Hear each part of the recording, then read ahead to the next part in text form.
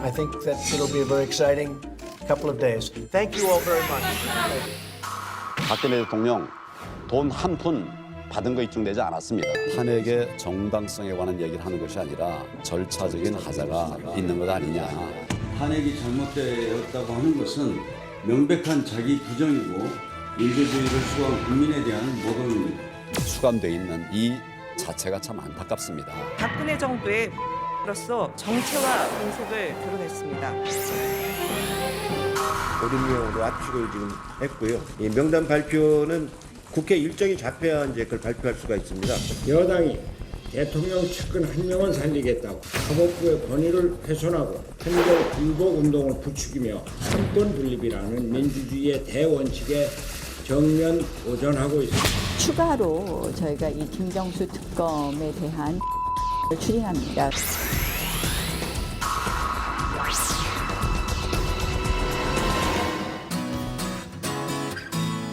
네, 2월 20일 정치부회 시작합니다. 아까 보니까 그 하노이에서 그 양 정상의 헤어스타일을 흉내내면 공짜로 해주는 모양이죠. 네. 그걸 물어보려는 건 아니고 그 지금 이제 한국당 전당대회 계속되고 있는데 갑자기 박근혜 전 대통령 탄핵 이슈가 논란이 되고 있어요. 그렇습니다. 앞서 보셨겠지만 황교안 후보가 이 탄핵의 이 절차적 정당성에 좀 문제가 있다 이런 얘기를 했지 뭐 않습니까? X표를 아까 들고 있더라고요. 네. 그런데 뭐 다들 기억하시겠지만 대통령 권한대행 시절이던 2017년 3월 10일 네. 대국민담화 했지 않습니까? 맞아요. 기억나요? 예, 헌재 이 탄핵 결정에 대해서 수용해달라 맞아요. 이런 촉구를 했지 네. 않습니까? 그러니까 지금 당장 민주당에서는 명백한 자기 부정이다 뭐 이런 비판이 나오고 있습니다. 간만에 양반장이 오래 얘기하네요. 원래 짧게 얘기하잖아요. 그 최 반장, 그 아까 뭐 영상에도 나왔지만요. 어제 민주당이 김경수 지사 1심 판결에 대해서 그걸 분석한 결과를 내놨잖아요. 관련한 정치권의 논란이 오늘도 가열되고 있죠. 네, 저는 뭐 늘 그랬듯 길게 하겠습니다. 일단 나경원 한국당 원내대표는요, 네. 이 드루킹 사건의 최대 수혜자인 몸통, 뭐 누군지는 가르치지 않았지만 네. 몸통을 지키기 위한 야단 법석이다라고 했고요. 그만할까요? 손학규 더 있어요? 각각 네. 전해야죠 그래도. 손학규 네. 바른미래당 대표는 네. 이 민주주의 대원칙인 삼권 분립에 정면 도전하고 있다라고 했고, 민주당 홍영표 원내대표는 재판 결과에 대해서는 누구든지 뭐 비판할 수 있다라면서 뭐 논란에 대해서 일축하고 있습니다. 아, 괜히 말 시켰네요. 우리 들어가서 얘기를 좀 이어갑시다. 갑시다. 네.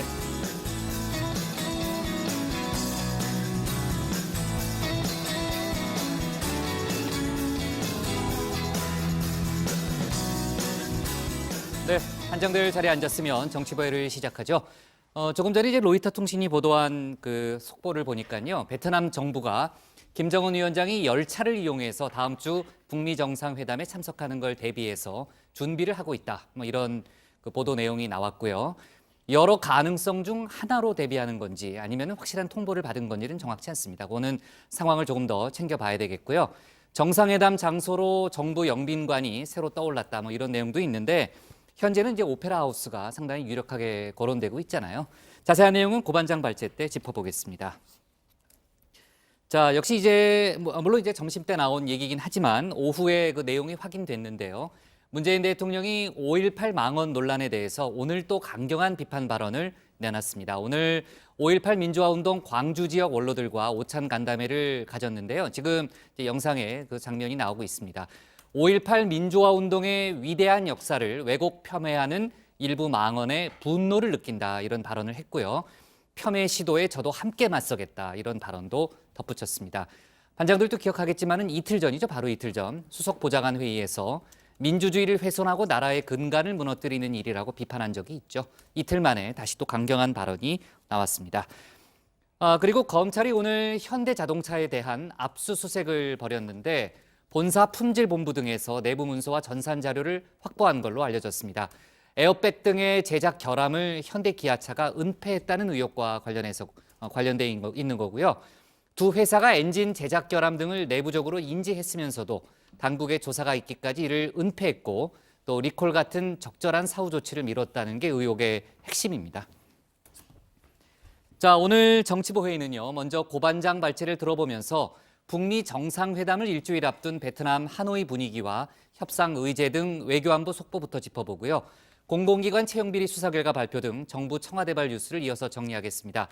자유한국당 전당대회 관련 소식 또 오늘 정치권 상황 등도 정리하겠습니다. 그럼 먼저 고석승 반장의 발제부터 시작하겠습니다.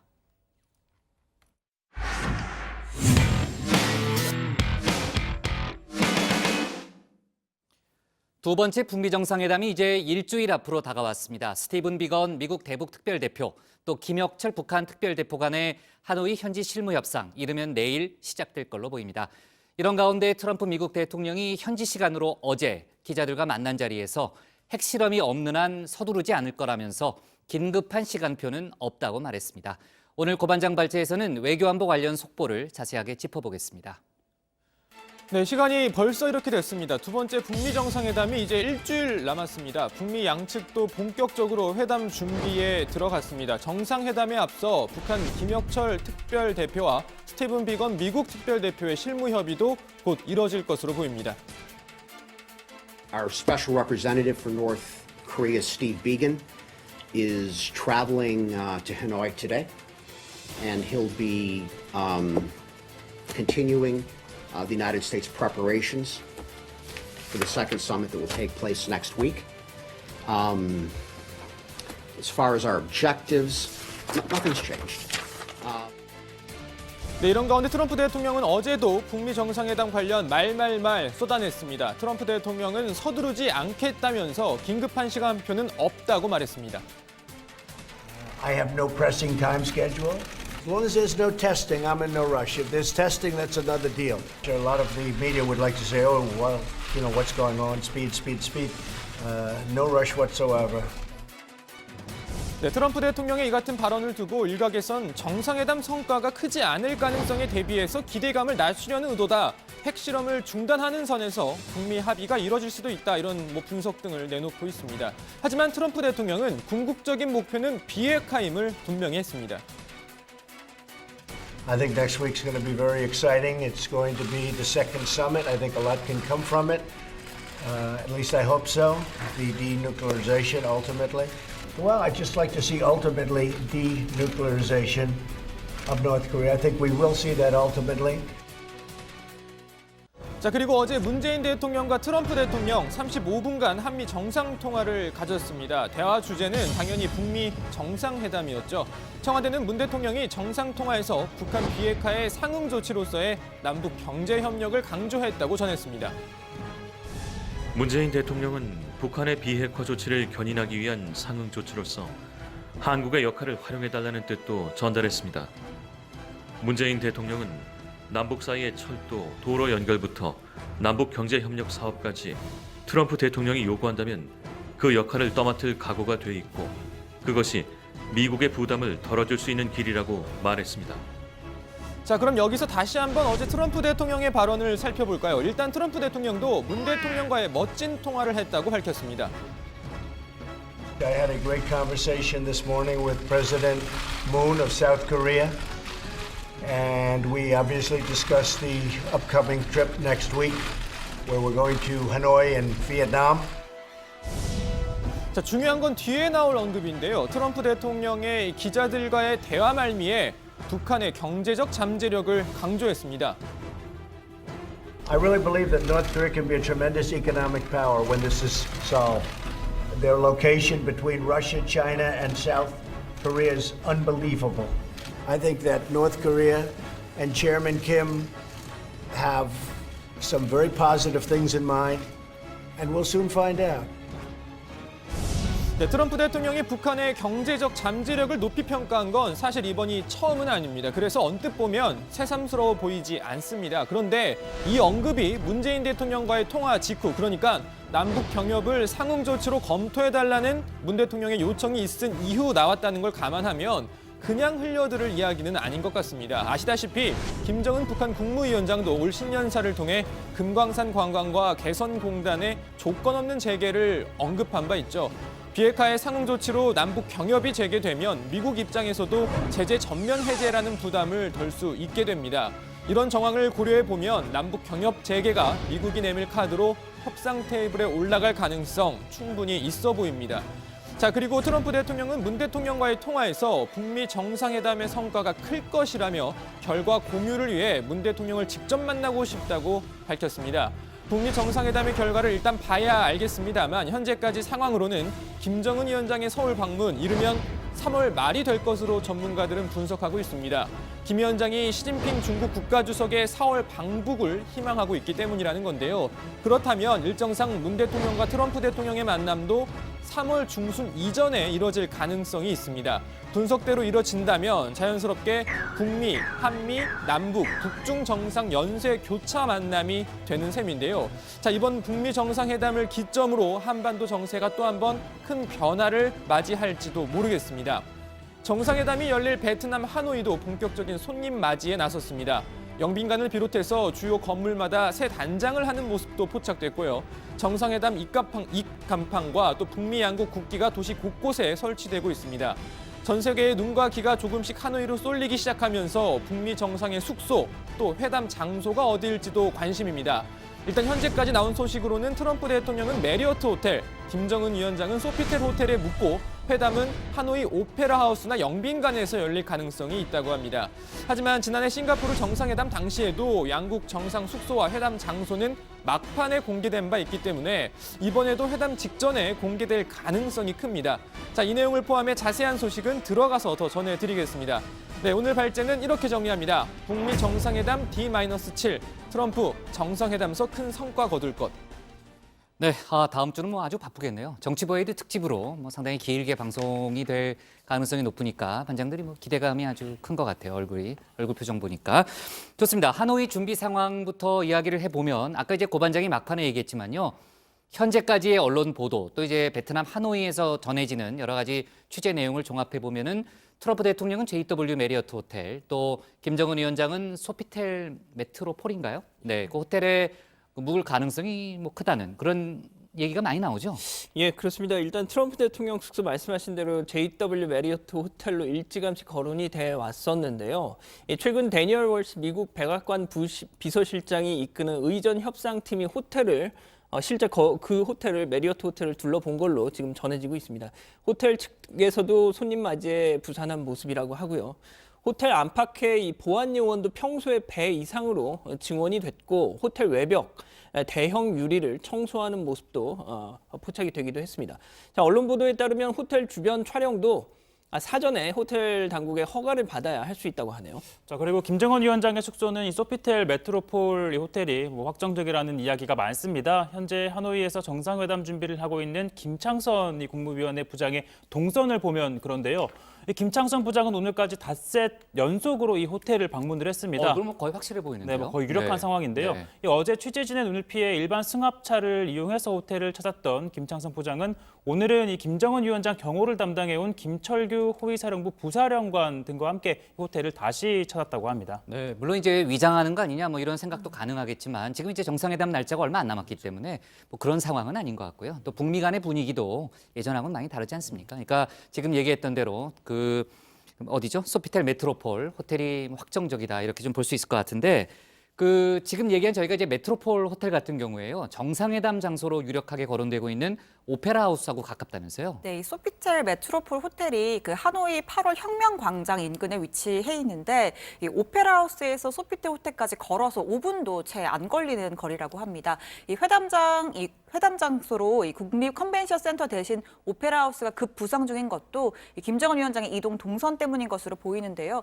컨벤션 센터는 상대적으로 메리어트 호텔에 가깝고 오페라 하우스는 소피텔 호텔에 더 가까운데 이 북한이 경호상의 이유로 오페라 하우스를 선호하고 있다는 겁니다.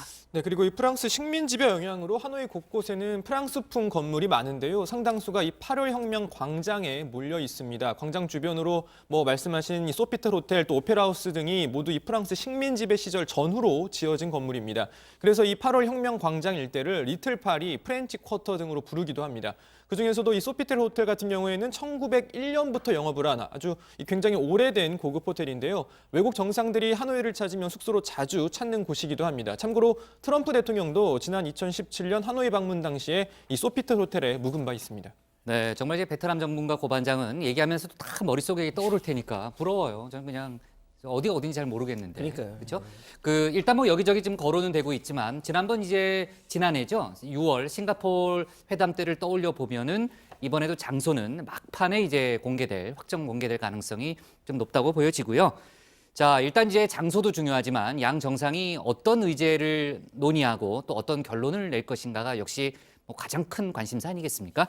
관련해서 이제 비핵화, 제재 완화 같은 방안을 놓고서 양측의 줄다리기는 계속될 그런 분위기죠. 그렇습니다. 솔직히 뭐 이 얘기 뭐 몇 번씩이나 지금 되풀이해서 네. 말씀드리고 있는 중요하니까요. 건데요. 예. 북한의 비핵화 조치 또 그리고 그에 따른 미국의 상응 조치 결국은 뭐 이 두 가지를 어떻게 조율하고 조화를 시키느냐가 회담 성패를 좌우하겠죠. 자, 우선 비핵화 조치의 핵심으로는 영변 핵시설 폐기 그리고 그에 대한 검증 또 미국의 상응 조치로는 이 상호 연락관 파견, 종전선언, 또 대북 제재 완화 등이 거론되고 있습니다. 자, 이 과정에서 남북 경협 재개 이 문제도 함께 다뤄질 가능성이 있죠. 네, 이 남북 경협 언급과 관련해서 조금 전에 청와대가 추가 입장을 내놨습니다. 이 청와대 관계자는 문재인 대통령이 남북 경협을 말한 건 트럼프 대통령의 입장에 서서 한 말이다. 이 트럼프 대통령의 상응 조치 카드가 많으면 많을수록 좋지 않겠냐. 그런 의미에서 문 대통령이 이 트럼프 대통령에게 쓸 수 있는 카드의 종류를 늘려줄 수 있다라는 의미로 보인다라고 입장을 밝혔습니다. 또 문 대통령의 남북 경협 카드 제의에 대해서 트럼프 대통령도 긍정적인 반응이었다라고 설명했습니다. 네, 청와대가 이제 추가 입장까지 내놨을 정도로 어쨌든 남북 경협에 대해서 상당히 긍정적인 그런 분위기를 전달하고 있는 건 분명해 보이고요. 트럼프 대통령도 긍정적인 입장을 보였다고 하니까 어쨌든 윈윈 카드다 이런 얘기고, 아까 이제 트럼프 대통령 발언도 얘기했지만은 일단 트럼프 대통령은 비핵화 관련해선 뭐 차근차근 서두르지 않고 단계적으로 접근하겠다라는 입장을 밝힌 것으로 보고, 만약에 이제 속도를 낸다면 지금 저희가 얘기한 남북 경협 문제가 뭐 상당히 급물살을 탈 그럴 가능성이 거론이 되고요. 자, 북한 입장에서는 제재 해제 물론 가장 중요한 문제긴 하지만은 북미 간의 수교 문제 역시 중요한 이슈 아니겠습니까? 연락사무소 개설이 미국의 상응 조치 중에 하나로 유력하게 거론되고 있죠. 최근 미국 CNN을 보니까요, 이 북미 양국이 연락관 교환을 검토 중이라고 보도를 하더라고요. CNN 봐요? 네, 그럼요. 이번 뭐 외교안보 취재를 하면서 종종 보고 있는데 이 연락사무소 설치 카드도 함께 부상을 하고 있습니다. 로버트 갈루치 전 미국 북핵 대사가 이 북미 간 연락사무소 설치 가능성을 거론해서 뭐 주목을 받고 있는데요. 이 갈루치 전 대사 한 언론과의 인터뷰에서 이렇게 얘기를 합니다. 양국 간 연락사무소 설치는 비핵화나 또 국교 정상화 관련해 정상적이고 정기적 의사소통을 할 수 있는 견인차 역할을 할 것이다. 국교 정상화 단계를 밟기 위한 양국 간 의사소통을 더욱 쉽게 해줄 것이라고 말했습니다. 네, 최 반장은 거짓말하면 웃는데 안 웃네요. 뭐 CNN 본다는 최 반장의 말을 믿어보고요. 오늘 기사 제목은 이렇게 잡겠습니다. 트럼프 북미 회담서 큰 성과 거둘 것으로 제목을 잡습니다. 다음은 신혜원 반장의 발제를 들어보겠습니다.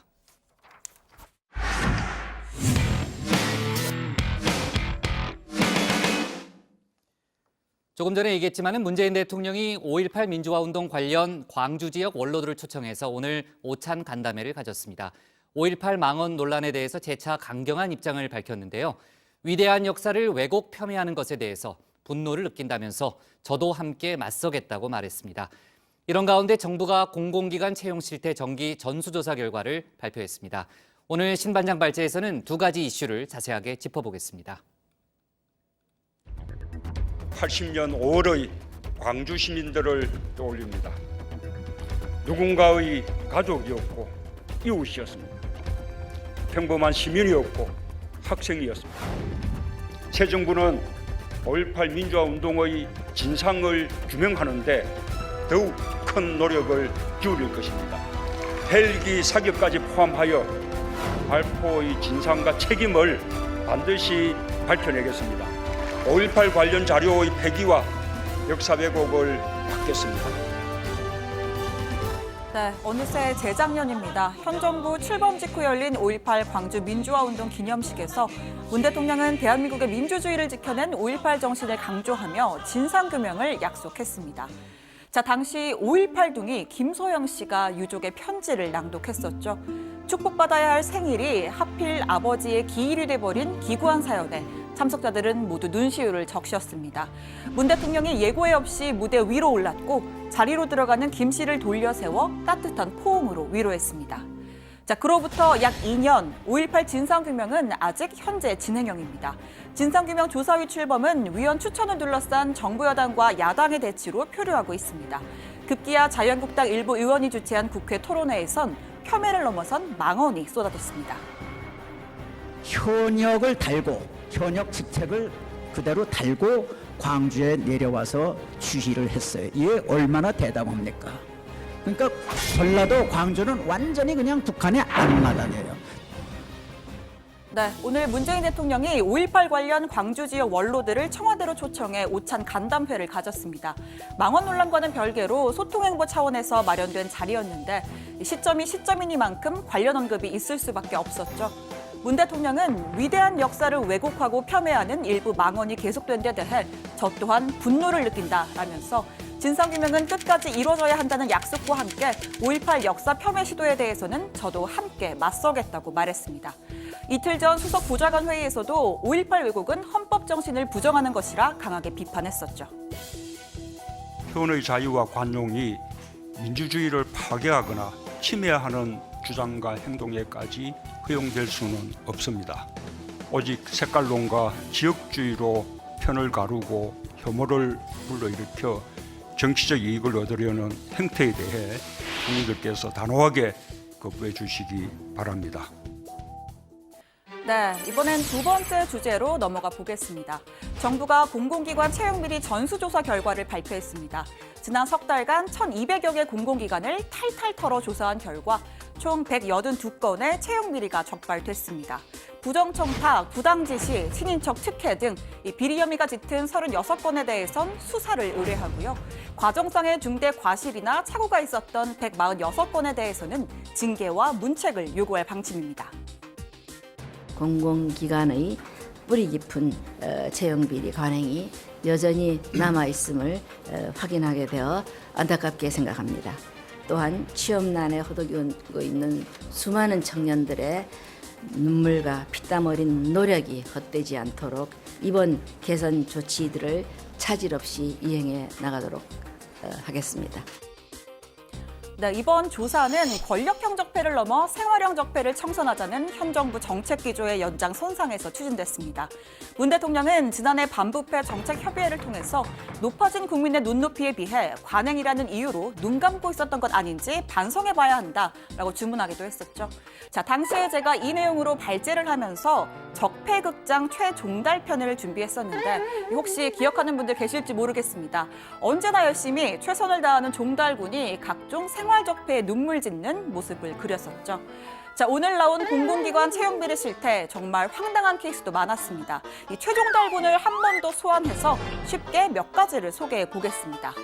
자, 우리 종달군 근로복지공단 산하의 땡땡병원에 면접을 보러 갔다가 똑 떨어졌습니다. 대답도 잘한 것 같은데 자, 알고 보니 면접관 조카가 옆자리에 앉아 있었던 겁니다. 이 조카가 시험 보는 걸 알고도 면접관은 면접위원으로 참여했습니다. 자, 이번에는요, 경북대 병원으로 시험을 보러 갑니다. 관련 자격증 따느라 고생 좀 했는데요. 자, 합격은 병원 직원의 자매, 조카, 자녀에게 돌아갔습니다. 자, 심지어 이들 아예 응시 자격인 의료 자격증조차 없었습니다. 자, 종달군 이번에는요, 전쟁기념 사업회입니다. 이제 장수생이 됐죠. 자, 서류 심사 결과 면접 대상자 최종 1명으로 추천이 되어서 올라갔습니다. 취업이 코앞이었습니다. 자, 그런데 기관장 결제 과정에서 나이가 어려서 이직 가능성이 높다라는 이유로 탈락 처리됐습니다. 아니, 나이 제한이 있었던 것도 아닌데 어린 게 도대체 무슨 죄입니까? 자, 채용비리 적발에 그쳐선 안 되겠죠. 비리 당사자는 처벌, 피해자는 구제하는 후속 조치가 필요합니다. 권익위가 입장을 밝혔습니다. 채용 비리로 인해 응시 기회 제약을 받은 피해자 잠정적으로는 55명으로 추산됩니다만 지난해 5월 발표한 피해자 구제 세부 가이드라인에 따라서 피해자가 특정될 경우에는 해당 피해자에게 다음 채용 단계에 재응시할 수 있는 기회를 부여하는 등 피해자 구제에 최선을 다하겠습니다. 네, 오늘 청와대 발제 정리하겠습니다. 5.18로 하겠습니다. 문재인 대통령 5.18 망언의 분노 함께 맞설 것입니다. 네, 최종달군의 사연 정말 안타깝네요. 근데 제가 너무 악역을 맡은 것 같은데. 원래 평소 생활은 저는 반대잖아요. 네. 자, 문재인 대통령이 5.18 민주화운동 관련 광주 지역 원로들을 초청해서 오늘 오찬 간담회를 가졌습니다. 청와대 설명에 따르면요, 오늘 자리가 저희가 이제 많이 다뤘던 5.18 망언 논란이 불거지기 그 전에 약속을 잡은 자리래요. 그 대통령의 소통 행보 차원에서 마련한 자리라는 게 이제 청와대 설명이긴 하지만은. 그 시점이다 보니까요. 당연히 망언 논란이 화두에 많이 올랐겠죠. 네, 오늘 간담회 참석자들을 보면 5.18 관련 광주 지역 원로 15명, 그리고 청와대에서는 문재인 대통령과 노영민 비서실장, 그리고 강기정 정무수석, 이용선 시민사회 수석 등이 참석했습니다. 약 1시간가량 자유롭게 대화를 나누는 형태로 진행이 됐는데요. 청와대는 오늘 자리의 성격을 현 정부의 5.18 민주정신 계승 의지를 표현하고 또 지역 민심을 청취하는 것이라고 설명을 했습니다. 문재인 대통령은 오늘 자리에 참석한 원로들에게 목도리를 선물로 건네기도 했더라고요. 지금 사진에 나오는 저 장면이군요. 그렇습니다. 저거군요. 네. 네. 자, 그리고 참석자들은 최근 있었던 이 5.18 망언, 깊은 유감의 말들을 전했다고 하는데요. 너무 마음이 아프고 견디기 힘들었다. 울분을 금할 수 없었다. 우리는 괴물 집단도 아니고 세금을 축내고 있지도 않다. 이런 이야기를 했다고 합니다. 또 문재인 대통령이 자유한국당이 추천한 2명의 이 진상조사위원회에 대해서 다시 추천해달라 이렇게 요청한 데 대해서는 적절하고 의미 있는 조치였다 평가하기도 했습니다. 5.18 진상규명의 상징적 인물이라고 할 수 있는 안성례 전 5월 어머니 집 관장은요. 5.18 왜곡 폄훼에 강경한 입장을 밝힌 문 대통령의 발언을 언급하면서 국민들이 힘을 얻었다 이렇게 평가하기도 했습니다. 네, 제가 아까 시작할 때 이틀 전 수석보좌관 회의에서의 문 대통령 발언을 다시 한번 리뷰를 했잖아요. 그러니까 민주주의를 훼손하고 나라의 근간을 무너뜨리는 일이다. 그런 발언이었는데 오늘은 분노라는 표현이 등장했어요. 네, 그렇습니다. 문 대통령은 위대한 역사를 왜곡하고 폄훼하는 일부 망언이 계속된 데 대해 저 또한 분노를 느낀다면서 상처받은 5.18 영령들과 희생자, 광주 시민들께 대통령으로서 심심한 위로의 말씀을 드린다라고 했습니다. 이어서 5.18은 국가의 공권력이 시민의 생명을 유린한 사건이라면서 진상규명이 끝까지 이루어져야 한다는 약속과 함께 5.18 역사 폄훼 시도에 대해서는 저도 함께 맞서겠다라고도 말했습니다. 이 마무리 발언에서는 5.18이 광주의 지역적인 사건이 아니라 전 국민의 자부심, 기념 대상으로 승화되도록 노력해야겠다라고도 덧붙였습니다. 네, 고 반장, 정치권에서도요. 5.18 왜곡과 관련한 규탄 발언이 이어지고 있죠. 그렇습니다. 더불어민주당 홍영표 원내대표는요. 자유한국당은 헌법이 정한 민주주의 가치와 정당의 역할을 부정하고 막말 대잔치를 통해 극우의 길로 가고 있다면서 5.18을 왜곡 날조한 망언 의원을 비호하고 시대착오적 색깔론을 쏟아내고 있다고 주장했습니다. 직접 들어보시죠. 헌법과 민주주의 정신을 준수하지 않는 정당은 존립할 가치가 없습니다. 5.18 망언 의원을 제명시키지 않고 있는 것은 쿠데타를 옹호하는 것이며 탄핵을 부정하는 것은 국민의힘으로 지켜준 민주주의를 부정하는 것입니다. 자유한국당은 제1야당으로서 정체성을 분명히 하기 바랍니다. 건전한 보수가 아닌 극우의 길을 가겠다는 것인지 명확히 해야 합니다. 네, 사실 5.18 망언과 관련해서는 한국당 내부에서조차 비판의 목소리가 나오곤 했는데 그러면서도 한편으로는 여당이 일부 의원들의 망언을 마치 한국당 전체의 의견인 양 정치 공세를 펴고 있다 이런 반발도 나오고 있습니다. 자유한국당 이양수 원내대변인은 여당 원내대표가 5.18 발언 파문을 이용해서 한국당 전체에 대해 부당한 프레임을 씌우기 위해서 애쓰는 형태가 개탄스럽다면서 마치 침소봉대와 왜곡은 이렇게 하는 것이라는 숙달된 조교의 시범을 보는 것 같다 이런 주장을 내놓기도 했습니다. 네, 좋습니다. 채용비리 합동조사 결과 발표로 이슈를 좀 옮겨볼게요. 사실 이제 그동안 문제가 불거질 때마다 기관 차원에서 특별 점검이 이루어진 적은 있었잖아요. 저희도 정치부 회의에서 간헐적으로 다룬 기억이 나는데 이렇게 범정부 차원에서 전수조사를 한 건 처음 아닙니까, 최 반장? 네, 오늘 발표된 채용비리 건수가 총 182건입니다. 이건 수사를 의뢰하거나 징계, 문책 요구가 필요한 경우만 집계한 수치고요. 이를 제외하고 실수나 규정을 제대로 지키지 않은 부주의한 사례도 2,452건이나 발견이 됐습니다. 우선 이 적발된 182건을 기준으로 보면 신규 채용과 관련된 채용 비리가 158건, 정규직 전환과 관련된 비리가 24건이고요. 자, 이 가운데 친인척 특혜 채용 의혹이 있는 심각한 비리도 16건이 적발이 됐습니다. 수사 의뢰 또는 징계 대상에 포함된 현직 임직원은 288명입니다. 숫자가 대단하네요. 근데 지금 최 반장 설명을 들어보면요. 거진 10명 중 1명이 친인척 특혜 채용에 해당되는 거 아니에요? 그렇습니다. 앞서 보신 것처럼 누구 아들인데, 누구 조카인데, 이런 진짜 시대착오적인 채용 비리 여전히 만연해 있었다. 입증이 된 겁니다. 자, 아까 신 반장이 얘기한 이 사례만 봐도 이 관련 자격증도 없는, 응시 자격도 안 되는 자매, 조카, 자녀를 채용했다는 거 아닙니까? 특히 신규 채용 관련 수사 의뢰 대상 30건 중에 3분의 1이 이 친인척 채용 비리에 해당된다고 하고요. 자, 정부는 일단 이 공공기관 임직원의 친인척 채용 인원을 매년 이 기관 홈페이지 등에 의무적으로 공개를 하고 가족 채용 특혜 제공을 제한하는 이해충돌 방지법 제정도 추진하겠다 이렇게 밝혔습니다. 네, 정말 다시 생각해도 아까 최종달군의 사연 참 안타까워요. 근데 가상의 시나리오가 아니라 그게 현실의 일이라는 게 정말 더 끔찍한 그런 상황인 거고요. 당초 채용비리 의혹의 진원지였던 서울교통공사는 오늘 발표에서 빠졌네요, 심판장. 네, 그렇습니다. 사실 이번 채용비리 전수조사에 발단이 된 사건이 이 국회 국정감사에서 서울교통공사 친인척 채용비리 의혹이 제기됐기 때문인데 이번에 포함이 안 됐습니다. 감사원에서 현재 감사가 진행 중이기 때문에 조사 대상에 해당하지 않는다는 게 권익위의 설명이고요. 현재 감사원은 서울교통공사와 인천국제공항공사 이렇게 5곳에 대한 공공기관에 대한 감사를 진행했고 오는 3월 말에 그 결과를 발표할 예정이라고 합니다. 네. 자, 그리고 어제 저희가 이제 속보로도 다뤘지만요. 그 사회적 기구인 경사노위가요. 탄력 근로제 적용 기간을 3개월에서 현행 3개월에서 6개월로 늘리는데 전격 합의를 했잖아요. 어제 저희가 속보로 다뤘는데 그런데 그 경사노위에 참여하지 않은 민주노총 측의 반발은 오늘 보니까 상당히 거세더라고요. 네, 그렇습니다. 민주노총은 경사노위 참여자인 정부, 경총, 한국노총이 결국은 야합을 선택했다면서 이번 합의는 노동시간의 유연성을 대폭 늘렸고 임금 보전은 불분명하며 주도권은 사용자에게 넘겨버린 명백한 계약이라고 주장했습니다. 오늘 전국 확대 간부 상경 결의대회를 열고 다음 달 6일로 예정한 총파업과 총력투쟁을 보다 강력하게 준비하겠다고도 덧붙였는데요. 경사노위 합의에 참여한 한국노총은 다른 입장을 밝혔습니다.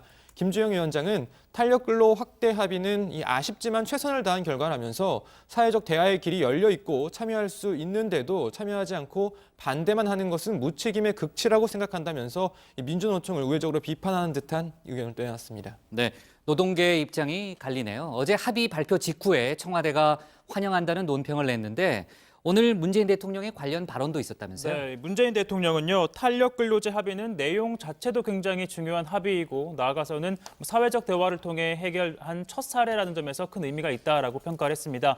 이 경제 상황이 앞으로도 불확실한 요소 등을 가지고 있고 국제 경기도 좋지 않은 상황에 대해서 노사정에 사회적 대타협을 했다는 것 자체가 귀중한 첫걸음이다라는 이런 의미일 겁니다.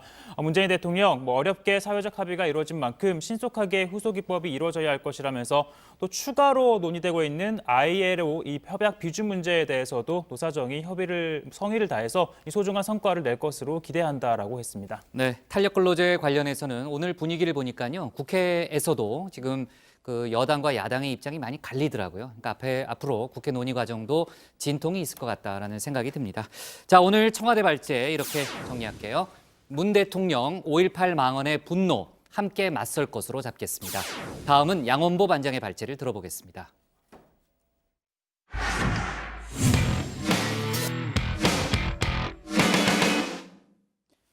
문재인 대통령을 향해 민족 반역자로 처단하자는 극언을 서슴지 않았던 자유한국당 김준교 청년 최고위원 후보가 오늘 발언 파문과 관련해서 진심으로 사과드린다고 했습니다. 그런데 그 사과의 대상은 문 대통령이 아니었고요. 조금 엉뚱하게 보입니다. 지금 당내 중진들에게 사과한 거죠. 어쨌거나 사과를 했으니까 다행이라고 생각해야 하는 걸까요? 오늘 양 반장 발제에서는 한국당 전당대회 소식 그리고 다른 정치권 뉴스를 함께 정리해 보겠습니다. 예, 그렇습니다. 지금 쏟아지는 이 보도의 양, 대중적 관심도 이런 것들만 따지면 자유한국당 김준교 청년 최고위원 후보 진짜 당대표 후보급입니다. 자, 이번 주 내내 이렇게 실검 상위권에 계속 노출이 돼 있고요. 내려올 생각을 않더라고요. 자, 대통령 당연히 비판할 수 있고 당연히 싫어할 수 있습니다. 그런데 그 속에 문재인 역시 민족 반역자로 처단해야 합니다. 자, 이거는 상식선을 넘어도 한참 넘은 발언 아닙니까? 자, 김준규 후보 어제까지만 해도 진실을 말하면 막말이 되고 극우가 되는 세상이라더니 오늘은 갑자기 사과글을 올렸습니다. 이렇게 말이죠. 젊은 혈기에 다소 정제되지 못한 표현과 말실수가 있었던 것 같습니다. 앞으로 좀 더 자중하고 더 나아진 모습을... 자, 저도 이거 보고요. 그래 늦었지만 다행이다. 만시지탄의 감이 있지만 그래도 다행이다 해서 반갑더라고요. 그래서 찬찬히 읽어봤죠. 자, 그런데 김준규 후보의 사과 대상 이완구 전 총리, 홍문종 의원 그리고 당의 어르신과 선배님들께 진심으로 사죄드립니다라고 되어 있습니다. 그러니까 자신의 이 망언에 실망한 국민들에게 하는 사과가 아니라 보이는 한국당 중진들한테 한 거예요. 자, 그리고 뒤이어서 올라온 그 게시글도 쭉 보니까 이거는 여전히 개전의 정이 안 보인다. 이거 보십시오. 이 김준교 효과가 본격적으로 반영되는 다음 주 여론조사에서 한국당 지지율이 오른다는데 500원을 걸겠다고 했습니다. 자, 진짜 지지율이 오를 것 같으면 저 같으면은 한 최소 10,000원 정도는 걸 것 같은데 500원. 본인도 자신이 없는 걸까요? 자, 김준규 후보 한때 대치동에서 아주 잘 나가는 수학 강사였다죠.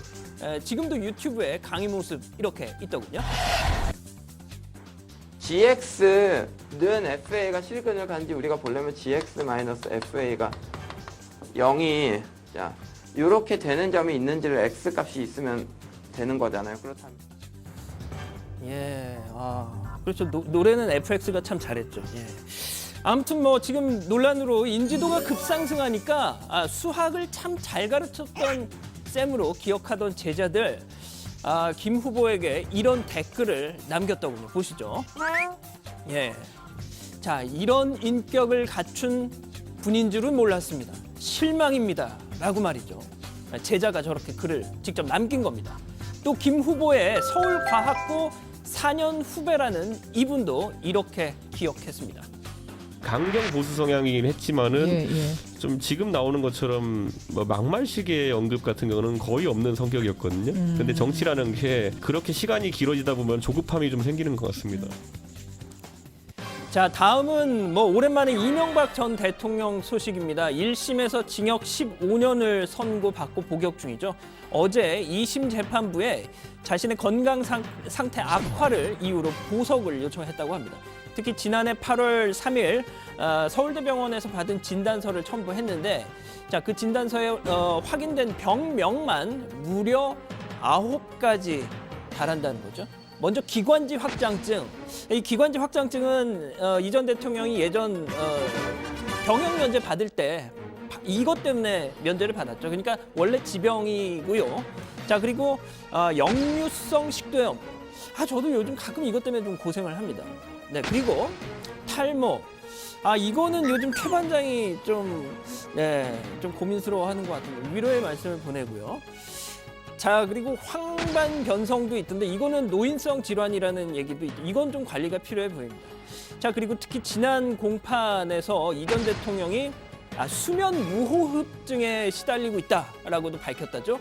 그러니까 한두 시간마다 깨고 잠들기를 반복해서 심지어 돌연사 가능성까지 제기를 했다고 합니다. 이거 정말 사실이면 좀 걱정스러운 소식인데 하지만 이 검찰 판단 전혀 다릅니다. 자, 이 전 대통령 건강 상태 보석을 허가할 정도 아니다라는 거죠.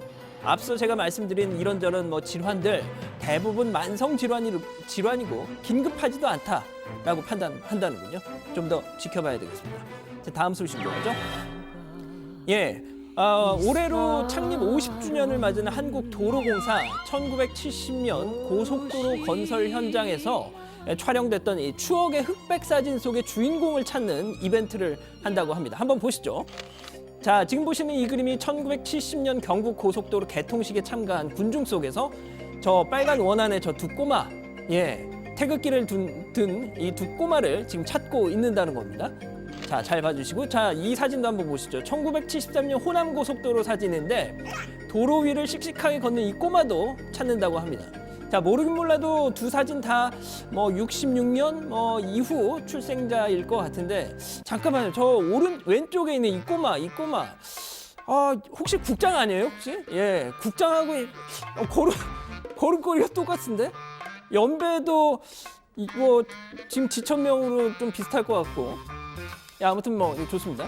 아무튼 제보를 한 분이든 이게 나다라고 하는 분이든 확인이 되면 도로공사에서는 이 소정의 기념품을 주겠다고 합니다. 글쎄요, 설령 당사자가 이 사진을 보더라도 어릴 적 기억이 나겠느냐, 제대로 찾겠느냐 이런 걱정도 많습니다. 그래서였을까요? 한 네티즌이 이런 댓글을 달았습니다. 지만원 씨한테 물어보면 최첨단 공학기술로 찾아준답니다. 라고. 자, 북한군 광주 잠입설 근거라면서 지만원 씨가 선보였던 자칭 최첨단 얼굴 인식 기술. 그걸로 찾으면 될 거 아니냐? 이거 꼬집는 아주 기발한 댓글이었습니다. 자, 그리고요, 끝으로 어제 제가 외모 지침 논란을 낳은 이 여가부의 방송 프로그램 제작 안내서 이 소식을 전해드리면서 이 남녀 출연자 비율을 맞추라라는 내용 관련해서 이 정치부 회의 예를 들은 것과 관해서 몇몇 분들께서 시청하기 불편하셨다. 이런 항의 메일을 보내주셨습니다. 예, 제가 생각해도 좀 미처 살피지 못한 부분이 있었던 것 같습니다. 주신 말씀 잘 유념하겠고요. 앞으로도 더 신중하도록 하겠습니다. 자, 오늘 준비한 소식은 여기까지입니다. 네, 좋습니다. 저 아니에요. 아까 그 꼬마. 전 확실히 아니고요. 전 생각보단 젊어요. 그렇고. 근데 최 반장이 탈모로 고생한다는 얘기 내가 처음 들었네요. 네, 말 못할 고민이 있습니다. 그래요? 네. 저는 가짜 뉴스인 줄 알았죠. 미리 준비. 저 가짜 뉴스 아니면 저도 이게 가발이라는 가짜 뉴스가 있잖아요. 저는 이제 생머리인데.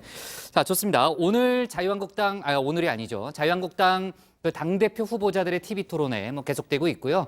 전당대회가 이제 북미 정상회담 날짜랑 겹치다 보니까 계산하기가 편합니다. 이제 D-7이잖아요. 이제 일주일 앞으로 다가왔고 여러 가지 쟁점을 놓고 날선 공방이 이어지고 있는데 특히 황교안 후보의 어제 발언이 상당한 파장을 낳고 있습니다. 그러니까 박근혜 전 대통령 탄핵에 절차적 문제가 있었다. 이런 발언 때문인 거죠? 네, 황교안 후보가 그런 얘기를 한 거 처음인데요. 어제 토론이었습니다. 당대표 후보 3명에게 주어진 공통 질문이었습니다. 박근혜 전 대통령 탄핵이 어쩔 수 없었냐 아니냐라는 질문에 OX 이런 팻말을 드는 식이었는데요. 오세훈 후보 불가피했다라면서 O 동그라미를 들었고요. 김진태 후보 탄핵 잘못됐다 X표 들었습니다. 여기까지는 쉽게 예상을 하셨을 텐데 자, 시선은 당연히 황교안 후보에게 모아졌는데요. 김진태 후보와 마찬가지로 보시는 것처럼 X였습니다. 그 이유를 직접 설명했는데 이건 직접 한번 들어보시죠. 절차적 문제성을 지적하지 않을 수가 없지요. 박근혜 대통령 돈 한 푼 받은 거 입증되지 않았습니다. 그런 상태에서 과연 탄핵이 타당한 것인가 하는 일부분에 관해서는 저는 동의할 수가 없다는 말씀.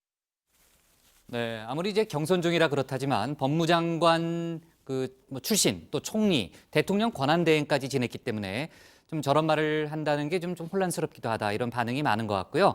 아까 이제 양 반장이 저랑 이제 그 정치부에 들어올 때 잠깐 얘기했지만은 탄핵 직후에 대국민 담화를 하지 않았어요?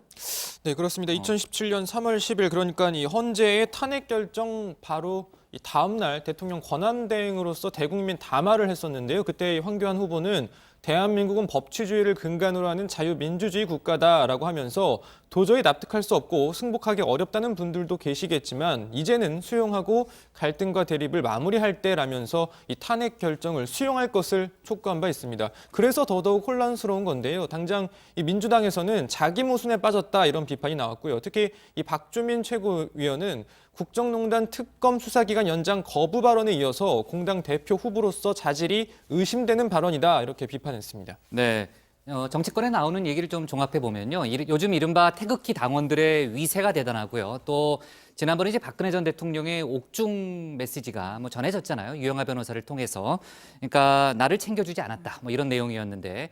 그러니까 그런 여러 가지가 겹쳐서 황교안 전 총리의 대통령 권한대행의 발언이 나온 거 아니냐 이런 분석이 많더라고요. 네, 그렇습니다. 저희도 계속 지적을 하고 있지만 이 전당대회를 거치면서 드러나는 자유한국당의 급속한 우경화, 이 친박 당원들의 엄청난 새 과시가 당초 박 전 대통령과 선긋기를 하면서 캠페인을 시작했던 황교안 후보로 하여금 탄핵 부정이라는 입장을 내게 했다라는 분석이 나오고 있습니다. 김진태 후보가 그런 기운을 타고 상당한 이 세를 보여주니까 황교안 후보도 마냥 여유만 부릴 수는 없는 상황이 되는 거 아니냐라는 거죠. 이 민주당에선 황 후보가 권한대행이 되자마자 권한대행 명패 또 황교안 시계를 제작했던 일까지 환기시키면서 대통령 공백 사태를 즐겼던 황 후보가 할 소리가 아니다라고도 하고 있습니다. 그 기념시계는 확실히 기억이 나네요. 저희 정치부에서도 다뤘던 적이 있고요. 그러니까 2016년 12월 대통령 권한 대행을 맡자마자 그때 이제 봉황 문양은 없는 그런 그 이름 석자가 새겨진 기념시계를 제작했는데 그때 상당히 논란이 됐었죠. 그렇죠. 예, 네. 그때 뭐 좀 논란이 있었고 앞서 신 반장이 얘기한 것처럼 뭐 이런 상황을 즐기냐 뭐 이런 좀 약간 그런 좀 심한 비판까지도 있었는데 그리고 제가 어제 토론을 보다가 한 가지 재밌는 또 포인트를 찾았습니다. 제일 인상적이었던 저 개인적으로는 그런 대목이었는데요. 잠깐만 한번 보시죠.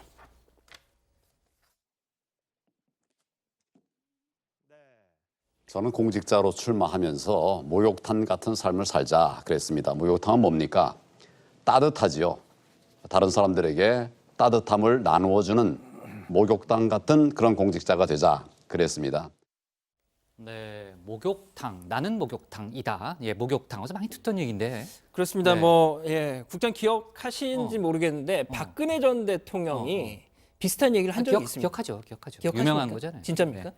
진짜 확실히 기억해요. 제가 그러니까 그렇다고 잘 안 하시는 거 잊어버려요. 아니에요? 예. 그래서 예. 한번 들어보시죠. 한 초등학생이 법은 목욕탕이다라고 정의를 내렸다는 말을 들었습니다. 법은 우리에게 꼭 필요한 그리고 따뜻한 것이라는 의미로 말한 것인데 네, 물론 이제 얘기하다 보면은 비유가 겹칠 수는 있는데 목욕탕이 겹치긴 쉽진 않아요. 그러니까요. 그렇죠? 네, 비슷합니다. 자, 다른 후보들 얘기를 좀 해보면요. 지금 어제 토론을 보면요. 오세훈, 김진태 후보가 유독 많이 충돌하더라고요. 네, 어제 토론에서 지만원 씨 얘기가 나왔는데요. 이른바 이 태극기 부대 이 회원들이 이 지만원 씨도 박근혜 전 대통령을 지지하려니 생각을 하고 이 지 씨의 5.18 망원 주장에 뭐 찬동을 하고 있는 분들 뭐 일부 계시는데 이 알고 보면 지만원 씨는 박근혜 전 대통령을 많이 비난해 왔습니다. 이 홈페이지에 보면 뭐 저주에 가까운 뭐 발언을 해 놓은 것도 있고요. 이 오세훈 후보가 바로 이 부분을 지적을 한 겁니다. 그걸 알고도 지만원 씨를 존경한다라고 말했냐라면서 공세를 펼쳤는데 그 장면 한번 보시죠. 박근혜 전 대통령에 대해서도 아주 저주에 가까운 이런 입장을 갖고 있는 분인데 지만원 씨를 가장 존경한다, 존중한다 이런 이야기를 이번 자, 그러자 이 김진태 후보 이 지만원 씨 이미지를 내게 더 씌우려고 하지 말아달라 이런 뭐 선을 긋는 듯한 발언도 하는데요. 이것도 한번 이어서 들어보시죠. 제가 그 정도면 지만원 충분히 된것 박사님과 같습니다. 입장을 같이 한다는 것은 전혀 아닙니다. 어떤 예단도 가지고 있지 않습니다. 네, 좋습니다. 네, 아무래도 이제 경선 와중에 지금 논란도 많고요. 지만원 씨와 함께 거론되는 게 김진태 후보 입장에서는 부담스러울 수도 있을 것 같아요. 네. 자, 그리고 어제 토론에서요. 후보들이 자신들의 악플을 소개하는 그런 코너가 있었는데 김진태 후보 부분이 또 재밌더라고요. 네, 어떤 네티즌이 김진태 후보에게 제2의 트럼프다 뭐 이런 글을 남겼나 봐요. 김 후보는 이게 어떻게 악플이냐, 내게는 선플이다라면서 이런 감상평을 전했습니다. 들어보시죠. 김진태가 제2의 트럼프다. 저거는 저렇게 훌륭한 고마운 말을 저건 악플이 아니고 선플 아닙니까? 특히 주류 언론으로부터도 대접을 못 받고 참 힘들게 이렇게 정말 정상까지 올랐습니다. 저도 정말 가끔씩 좀 좁은 생각을 이렇게 하는데 네, 그리고 또 자신의 주요 지지 세력이죠. 이른바 태극기 부대에 대해서도 그분들은 절대로 이상한 주장을 하는 사람들이 아니다. 직접 집회에 참여해보면 안다라면서 적극적으로 두둔하기도 했습니다. 네. 자, 김준교 후보 얘기를 잠깐 해볼게요. 자신의 발언을 사과한다고 했다가 또 자기 때문에 당 지지율이 오를 거다. 500원을 걸겠다. 이런 얘기도 아까 이제 양 반장이 소개했잖아요. 좀 오락가락 행보 때문에 당 내부에서도 좀 우려의 목소리가 나오는 모양이더라고요. 그렇습니다. 한국당 박관용 선관위원장이 일단 본인의 사견임을 전제로 해서 김준규 후보에 대한 징계 가능성을 시사했습니다. 늦어도 한참 늦은 게 아니냐 이런 의견도 많이 나오는데요. 내일 이 부산, 울산, 경남 합동연설회가 열리는데 연설회 시작 직전에 선관위원들이 회의를 한다고 합니다. 박관용 위원장은 김 후보에 대해서 한번 주의를 주고 그래도 문제 발언을 계속하면 다른 조치를 취하겠다고 경고해야 되지 않나 생각된다라고 한 겁니다. 한국당 장제원 의원도 김준규 후보 이름도 언급하고 싶지 않다면서 망언이고 0.1%도 득표도 하지 못할 것이다라고 맹비난했습니다. 네, 지금 이제 김준규 후보 논란도 그렇고요. 지금 당의 우경화, 지나친 우경화를 염려하는 목소리가 큰데요. 당 지도부의 대응은 좀 아니한 거 아니냐 이런 시각도 많이 있더라고요. 그렇습니다. 김준규 후보가 또 조금 전에 뭐 세계일보하고 뭐 인터뷰를 한 거 보니까 자신은 사과 의향이 1도 없다. 아, 그래요? 예, 뭐 이런 얘기를 또 했다고 하네요. 자, 그렇습니다. 뭐 당장 김병준 비대위원장 오늘 중앙일보 인터뷰를 봐도 태극기 부대도 당의 자산이다. 야유하는 일부 당원들, 당을 대표하지 않는다라고 했습니다. 충분히 자정 능력이 있고 한국당에서 소화가 충분히 가능하다는 얘기죠. 뭐 소수인 건 맞습니다만 지금 한국당 상황은 뭐 영어로 웩더독이라고 하죠. 꼬리가 몸통을 흔드는 그런 상황이라는 지적이 많은데 또 그리고 또 과한 보도를 하고 있다 언론이. 글쎄요, 그렇게 언론 탓만 할 건 아니라고 보여지고 지금 또 다른 곳에서 네. 지금 토론이 네, 또 네, 진행이 네, 되고 네. 있지 않습니까? 뭐 지금 계속 들어오는 소식을 전해드리면 네. 박근혜 전 대통령 사면에 대해서 네. 새 후보에 대한 생각을 물었더니 네. 황교안, 오세훈 후보는 사면에 찬성. 네. 그런데 김진태 후보는 예. 반대. 그래요? 예, 그게 무슨 소리인가 했더니 이유를 들어봐야 될 텐데. 사면은 네. 사면을 한다는 것은 잘못을 인정하는 거 아니냐. 네. 무죄로 석방을 해야 된다. 아, 그래요? 예, 네. 뭐 그런 네. 얘기를 했습니다. 좋습니다. 자, 그 얘기는 뭐 내일 저희가 다시 한번 내일 또 아까 합동 연설회도 있다면서요. 같이 좀 묶어서 다루는 걸로 하고요. 오늘 기사는 이렇게 정하겠습니다. 황교안, 박근혜 탄핵 잘못, 민주당 자기 부정으로 정하겠습니다. 다음은 최종혁 반장의 발제를 들어보겠습니다.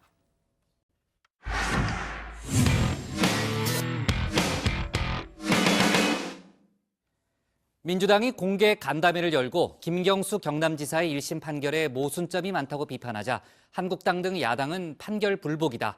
여당이 김경수 구하기에 나섰다. 이렇게 비난하고 있습니다.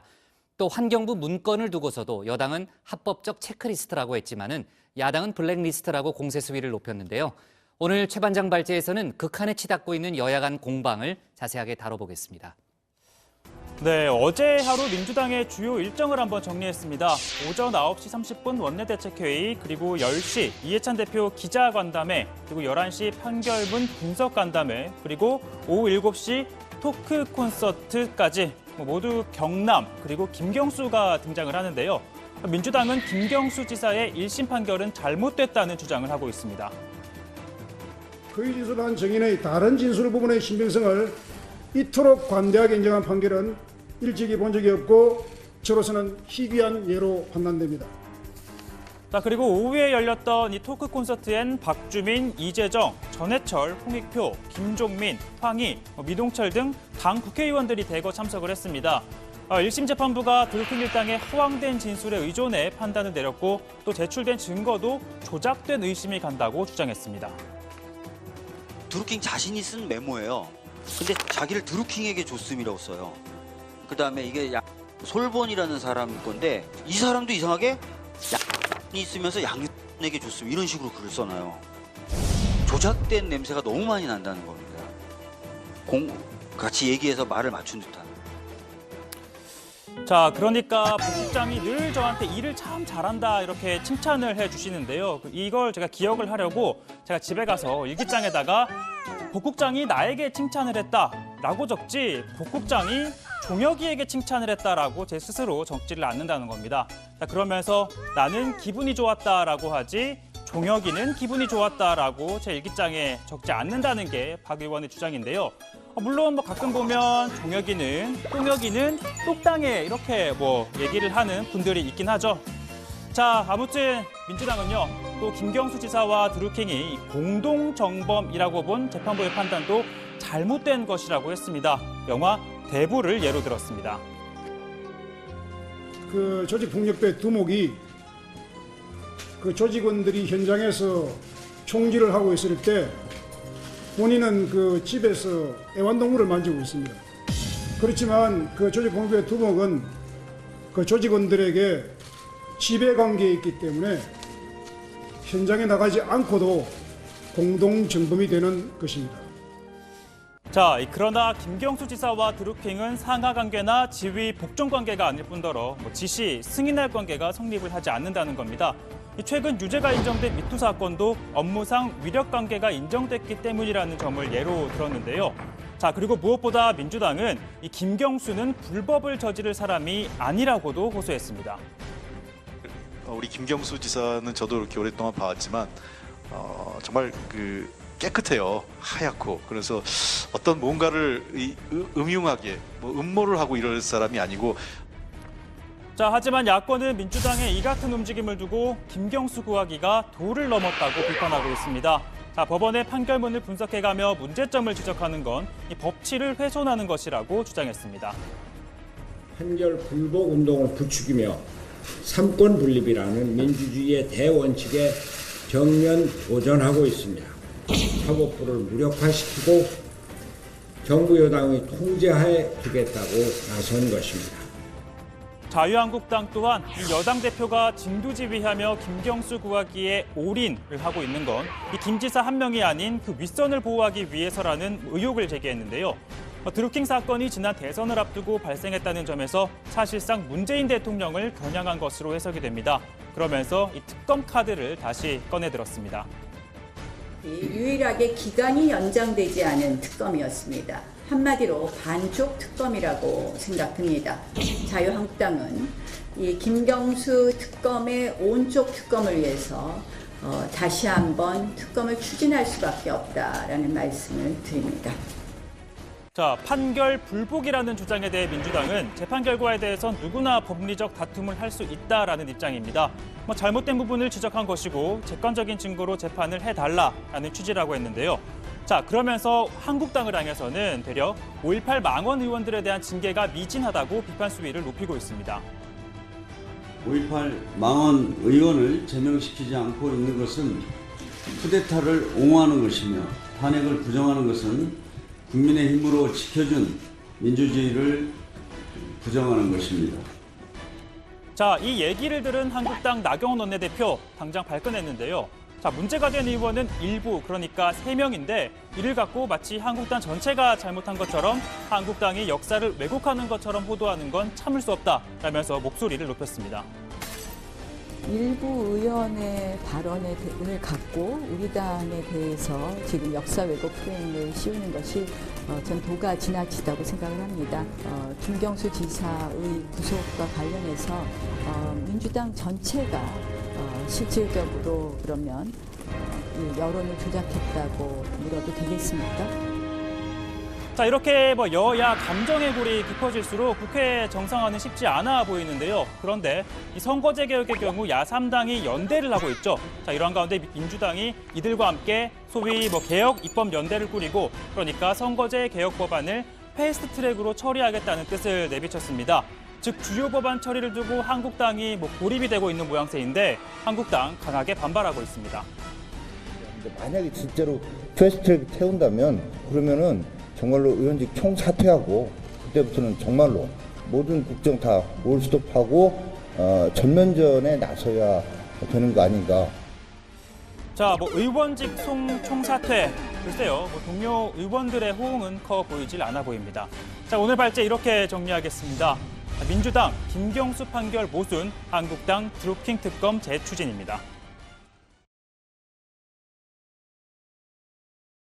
자, 민주당이 김경수 경남지사의 판결 오류를 주장하면서 적극적인 움직임에 나서니까요. 자유한국당 쪽에서는 1심에서 유죄가 됐으니까 혐의가 더 짙어졌다. 아예 국정조사를 다시 특검이죠. 특검을 다시 추진하자는 그런 입장을 밝혔다면서요.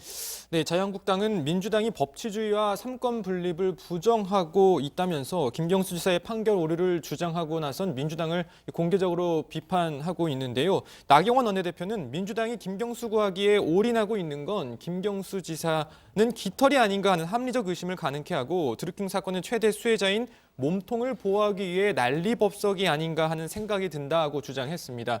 그러면서 드루킹 특검은 유일하게 기간이 연장되지 않은 특검이었다면서 수사를 하다만 부분이 있어 다시 특검법을 발의하겠다고 밝혔습니다. 네. 근데 지난번에 이제 국정농단 수사했던 박영수 특검팀 그 기간이 연장되지 않은 걸로 제가 기억하는데. 그렇죠? 네, 그래서 최근 황교안 전 대행이 본인이 유일한 사례는 아닌 하지 않았다고. 거네요. 그렇죠? 그 민주당은 재판 결과를 두고 법리적으로 다투는 거는 문제될 게 없다는 그런 입장 아닙니까, 양반장? 예, 그렇습니다. 민주당 홍영표 원내대표 이 단일 재판에 대해서 그 과정은 아니라고 해도 이 결과에 대해서는 얼마든지 법리 다툼을 누구나 할 수 있는 거 아니냐 이렇게 강조를 했습니다. 그러면서 이 김경수 지사 1심 결과에 대해선 형사소송법에서 규정한 여러 원칙들이 제대로 지켜지지 않고 문제가 되는 판결을 내렸다 이렇게 주장했습니다. 다만 일각에서는 집권 여당의 이 같은 판결 비평이 항소심 재판부를 향해 어떻게 보면 일종의 가이드라인을 제시하는 거 아니냐 이런 지적이 나오고 있는데 이에 대해서 이재정 민주당 대변인은요. 이 객관적인 증거에 따라 판단을 해달라는 형사 대원칙, 충실한 재판을 요구하는 것이다. 이렇게 설명을 하고 있습니다. 네, 민주당에 따르면 김경수 지사가 조만간 보석을 신청할 거다 이렇게 밝혔잖아요. 뭐 도정에 차질이 있어서는 안 된다 이런 얘기를 했고요. 일각에서는 저렇게 여당이 적극적으로 나서는 거는 보석 석방을 염두에 두고 있는 거 아니냐 그런 해석도 있더라고요. 자, 그리고 지금 그 야권에서는요, 논란이 되고 있는 환경부 문건에 대해서 문재인 정부의 블랙리스트다 이렇게 공세를 높이고 있죠. 네, 그렇습니다. 이 자유한국당 나경원 원내대표는 이른바 환경부 블랙리스트를 문재인판 블랙리스트라고 규정을 하면서 정도나 규모면에서 이전 정권과 급이 다른 초대형 블랙리스트다라고 주장을 했습니다. 들어보시죠. 문재인판 블랙리스트는 이 김태우 수사관의 말에 의하면 330개 기관에 660여 명에 이른다고 합니다. 환경부 블랙리스트가 청와대에 보고되었다는 것이 밝혀졌습니다. 청와대의 단순 보고가 아니라 청와대의 지시에 의한 블랙리스트라는 것이 넉넉히 추단됩니다. 네, 일부 언론에 따르면 이 검찰이 환경부가 박근혜 정권에서 임명된 산하기관 임원들의 사표 제출 현황을 담은 문건을 청와대에 보고했다는 진술을 확보했다고 합니다. 이에 대해서 바른미래당 이준석 최고위원 보수 정권에서 이런 일이 벌어졌으면 개거품을 물고 청와대의 월권이라고 공격했을 것이라고 주장을 했고요. 자, 그러면서 정상적인 업무 절차라는 여당의 입장에 대해서 그런 논리라면 조윤선 전 장관은 왜 감옥에 간 거고 블랙리스트 사건은 왜 이슈화시킨 거냐라고 비판하기도 했습니다. 자, 일단 뭐 관련 수사를 하고 있는 검찰 환경부 문건과 관련해서 김은경 전 장관을 다시 소환하기로 하는 등 뭐 수사의 속도를 내고 있습니다. 일단 이 관련 보고를 받은 것과 관련해서 청와대 김의겸 대변인은 환경부의 일부 산하기관에 대한 감사는 적법한 감독권 행사라고 했는데요. 이 산하 공공기관 관리 감독 차원에서 작성된 각종 문서는 통상 업무의 일환으로 진행돼 온 체크리스트다라고 설명을 했습니다. 민주당도 마찬가지로 적극적으로 진화에 나서고 있는데 홍영표 원내대표 과거 정부의 불법적인 블랙리스트와는 다르다. 합법적인 체크리스트라고 주장을 하고 있는데요. 들어보시죠. 신임 장관이 산하기관 임원에 대한 평가와 관리 감독을 하는 것은 문제될 것이 전혀 없는 적법한 인사와 관련된 감독권 행사입니다. 이 과정에서 대통령이 임명권을 가지고 있는 공공기관장에 대해 해당 부처와 청와대가 협의를 진행하는 것도 극히 정상적인 업무입니다. 네, 김경수 지사에 대한 1심 판결, 그리고 앞서 다뤘던 5.18 망언 논란, 또 환경부 문건 논란, 야 정말 여러 가지 이슈가 얽혀 있고요. 또 황교안 전 총리의 탄핵 관련 발언, 이렇게 여야가 각종 이슈로 얽혀 있다 보니까요. 고 반장, 국회 정상화는 점점점 더 멀어지는 거 아니에요?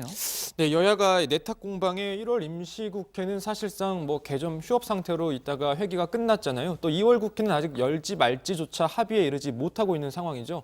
이 와중에 나오는 게 바로 이 민주당의 소위 개혁 입법 연대로 이 민주당은 연동형 비례대표제를 요구하고 있는 야 3당과 논의해서 선거제 개혁 법안을 신속 법안 처리, 즉 이 패스트 트랙으로 추진할 수 있다는 입장을 밝혔습니다.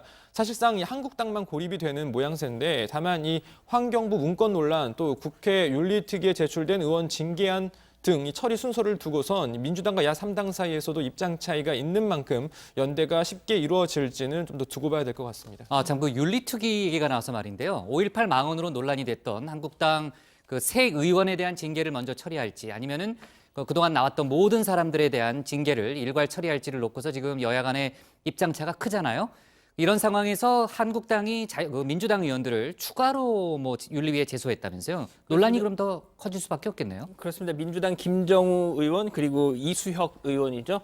징계안을 제출했습니다. 아시다시피 김정우 의원 옛 직장 동료 여성을 성추행한 혐의로 고소를 최근에 당했죠. 또 맞고소도 한 사실이 드러났습니다. 이수혁 의원 같은 경우는 한미 방위비 분담금 협상과 관련해서 이 정확한 이 금액을 묻는 기자들 질문에 뭐하러 그런 정확한 숫자를 쓰려고 하느냐, 국민들이 그거 알아서 뭐 하느냐, 뭐 이런 얘기를 한 걸로 전해지면서 한국당은 이수혁 의원이 국민을 모독했다 비판하기도 했었습니다. 그러면서 두 사람에 대한 징계를 요구했던 거죠. 하지만 민주당은 5.18 폄훼 의원들에 대한 징계 요구에 물타기를 하려는 시도다. 이렇게 비판하고 있습니다. 네, 법원 얘기 잠깐 해볼게요. 그 사법농단 의혹으로 구속 기소된 양승태 전 대법원장이 그 불구속 상태로 재판을 받게 해달라 보석을 신청했다면서요? 네, 구속 기한이 7월 11일까지인데요. 양 전 대법원장 측은 이때까지 재판이 마무리되기 어려운 만큼 방어권을 행사할 수 있도록 불구속 상태에서 재판을 받게 해달라라고 요청했습니다. 양 전 대법원장 측은 검찰 주장에 반박하기 위해 방대한 양의 기록을 검토해야 하고 필요한 증거를 수집하는 등 상당한 준비가 필요한 상황이라면서 현재 구속이 돼 있어 방어권 행사에 막대한 차질이 초래될 수밖에 없다라고 주장했습니다. 그러면서 증거인멸의 우려가 없고 전직 대법원장으로서 도망할 염려도 없다고 강조했습니다. 네, 그 이명박 전 대통령도 아까 이제 양 반장이 얘기했지만은 건강이 안 좋다 이렇게 뭐 여러 가지 이유가 있지만 이제 그 이유로 보석을 신청한 상황인데. 앓고 있는 병이 10개가 넘는다 그런 얘기를 하고 있죠. 네, 뭐 오늘 제 의견서를 제출한 거의 가운데는 아까 양 후보관 설명했던 것처럼 9개의 병명이 있었고요. 추가로 또 다른 것도 얘기했습니다. 앞서 공판에서 제기했던 수면 무호흡증도 다시 언급을 하면서 돌연사 위험이 있다라고 했고 또 건강 악화뿐만 아니라 그 이전 대통령 측은 법원 인사로 재판부가 바뀌고 또 이 증인들이 출석하지 않으면서 재판이 늦어지고 있기 때문에 불구속 심리가 필요하다라고 요구를 하고 있습니다. 하지만 이 검찰 측 입장은 또 다른데요. 이전 대통령 건강 상태에 보석을 허가할 정도 아니고 또 1심에서 선고받은 징역 15년은 필요적인 보석 제외 사유에 해당한다라는 점을 강조하고 있습니다. 네, 원래 이제 오늘 재판이 열릴 예정이었던 걸로 제가 알고 있는데 재판부가 바뀌어가지고요 다시 심리가 이뤄진답니다. 자, 오늘 기사는요 환경부 문건 둘러싼 공방으로 잡아볼게요. 초대형 블랙리스트, 합법적 체크리스트 이렇게 대결로 잡겠습니다.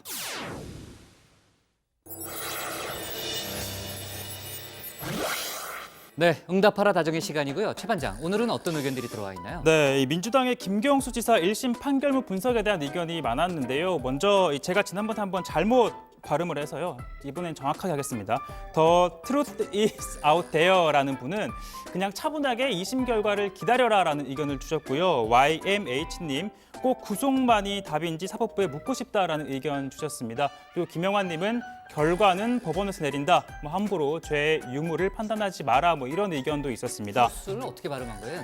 뒤가 TH가 트루스, 있는 거예요? 트루스를 그냥 트루라고 했습니다. 아, 그래요? 이상하게 들렸어요. 네. 여러 단어가 생각나더라고요. 그리고 또 다음 소식은요. 앞서 양홍보 반장 발제에서 전해드렸듯이 이 여가부가 수정 그리고 삭제하기로 한 이 성평등 가이드라인에 대한 의견도 있었는데 이혜선님, 외모, 지상, 미디어가 돈 넘게 하는 건 사실이다라는 의견을 주셨고 호날도님은 취지는 좋으나 포인트가 어긋난 정책이라는 의견 주셨습니다. 자, 그리고 솔리튜드 K님, 저도 요즘 고독한데요. 이 다정에는 27일, 28일 베트남 현지로 안 가나요? 라고 물으셨는데 자, 이건 국장한테 직접 물어보겠습니다. 국장, 저희 베트남 갑니까? 베트남은 안 가고요. 특집 방송을 합니다. 아주 길게 할 예정이에요. 그렇다면 네. 다낭이 아니라 이렇게 하노이라고 맞췄던 저만 보내주시는 건 어떤지. 안 되나요? 안 된다고 지금 빨리 얘기할게요. 안 돼요. 그리고 저는 네. 끝까지 포기하지 않을 겁니다. 자, 지금까지 응답하라 다정이었습니다.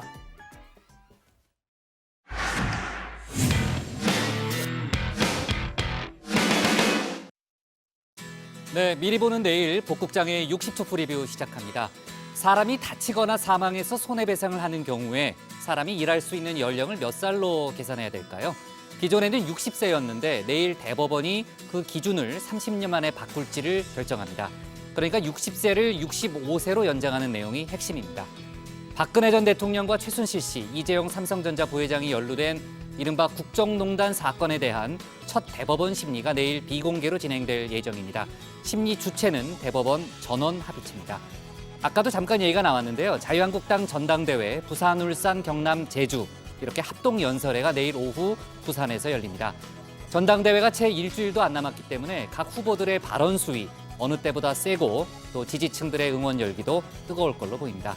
자, 저희가 북미 정상회담 얘기를 많이 하고 있지만요. 우리나라에서도 굵직한 정상외교 일정이 이어집니다. 신남방 정책의 핵심 국가인 인도의 모디 총리가 내일 우리나라를 찾고요. 미리 얘기하자면 다음 주에는 아랍에미리트 모하메드 왕세제가 방한할 예정입니다. 오늘 저희 회의 내용에 대해서요. 의견이나 궁금한 점 댓글로 남겨주시면 응답하라 다정의 코너에서 소개하겠습니다.